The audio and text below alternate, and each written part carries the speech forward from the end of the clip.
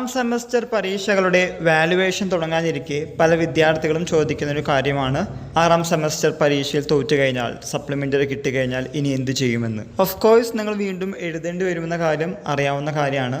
Exam on demand അങ്ങനെയുള്ള provisions ഒന്നും കാലിക്കറ്റ് യൂണിവേഴ്സിറ്റിയിലില്ല. നിങ്ങൾ നിങ്ങളുടെ ജൂനിയേഴ്സിനൊപ്പം എഴുതാൻ സാധിക്കുകയുള്ളൂ. 4 ഇയർ UG പ്രോഗ്രാമിൻ്റെ പരീക്ഷ സെക്കൻഡ് സെം വരെ എത്തിയിട്ടുള്ളൂ. ആയതുകൊണ്ട് ഇപ്പോൾ കഴിഞ്ഞ ആറാം സെമസ്റ്റർ റിസൾട്ട് നിങ്ങൾക്ക് അനുകൂലമല്ലെങ്കിൽ അവരോടൊപ്പം എഴുതേണ്ട ആവശ്യമില്ല. അതിന് പകരമായിട്ട് നിങ്ങളുടെ ജൂനിയേഴ്സിനൊപ്പം എഴുതാം. ജൂനിയേഴ്സിനൊപ്പം എന്ന് പറയുമ്പോൾ റെഗുലർ സപ്ലിമെൻ്ററി ഇമ്പ്രൂവ്മെൻറ്റ് എക്സാമിൻ്റെ ഒപ്പം എഴുതാം.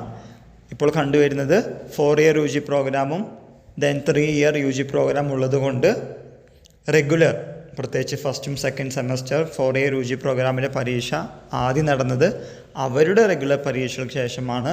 സപ്ലിമെൻ്ററി ഇമ്പ്രൂവ്മെൻറ്റ് പരീക്ഷകൾ പിന്നീട് നടത്തുന്നത്. ബെസ്റ്റ് എക്സാമ്പിളാണ് ഫസ്റ്റ് സെമസ്റ്റർ പരീക്ഷകൾ. അതിനുശേഷം ഇനി വരാൻ പോകുന്ന 2ാം സെമസ്റ്റർ സപ്ലിമെൻ്ററി ഇമ്പ്രൂവ്മെൻറ്റ് എക്സാമും അതിന് ഉദാഹരണമാണ്.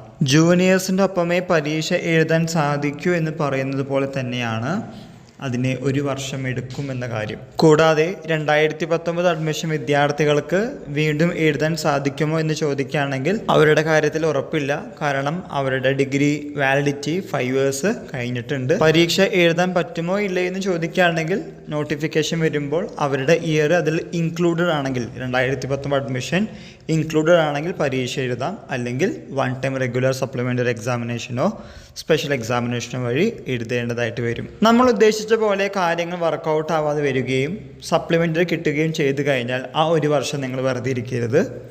ഏഡൺ കോഴ്സും ചേരുകയോ വേറെ ജോലിക്ക് പോവുകയോ അതിനുശേഷം തിരിച്ചടിച്ച് വന്ന് ആ പരീക്ഷ ജയിച്ച് മുന്നോട്ട് പോകണമെന്ന് തന്നെയാണ് എനിക്ക് നിങ്ങളോട് പറയാനുള്ളത്. പ്രതിസന്ധികൾ വരുമ്പോഴാണല്ലോ യഥാർത്ഥ നായകന്മാർ ഉടലെടുക്കുന്നത്.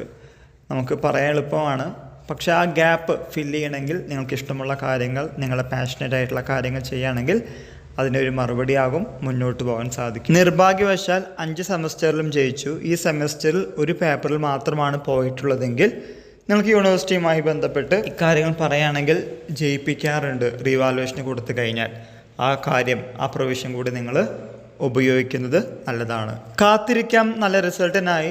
എല്ലാവർക്കും ഒരിക്കൽ കൂടി നന്ദി, നമസ്കാരം.